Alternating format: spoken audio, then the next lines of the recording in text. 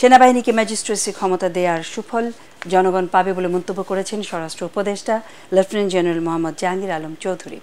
সকালে গাজীপুরে আনসার ও গ্রাম প্রতিরক্ষা বাহিনীর 40তম বিসিএস আনসার ক্যাডার কর্মকর্তা ও 25তম ব্যাচের রিক্রুট সিপাহীদের প্রশিক্ষণ সমাপনী কুচকাওয়াজ অনুষ্ঠান শেষে সাংবাদিকদের প্রশ্নের জবাবে তিনি এসব কথা বলেন।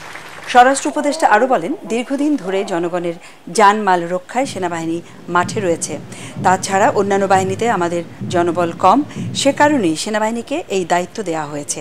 কুচকাওয়াজ অনুষ্ঠানে আরও উপস্থিত ছিলেন স্বরাষ্ট্র মন্ত্রণালয়ের জননিরাপত্তা বিভাগের সিনিয়র সচিব ডক্টর মোহাম্মদ আব্দুল মোমেন, আনসার ও গ্রাম প্রতিরক্ষা বাহিনীর মহাপরিচালক মেজর জেনারেল আব্দুল মোতালেব সাজ্জাদ মাহমুদ সহ অন্যান্যরা।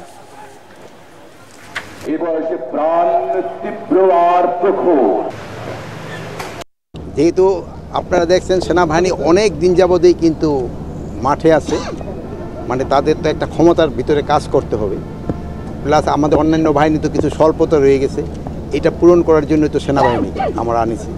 যেমন এই যে ম্যাজিস্ট্রিয়াল পাওয়ারটা, এইটার সুবিধাটা ভোগ করবে বাংলার জনগণ।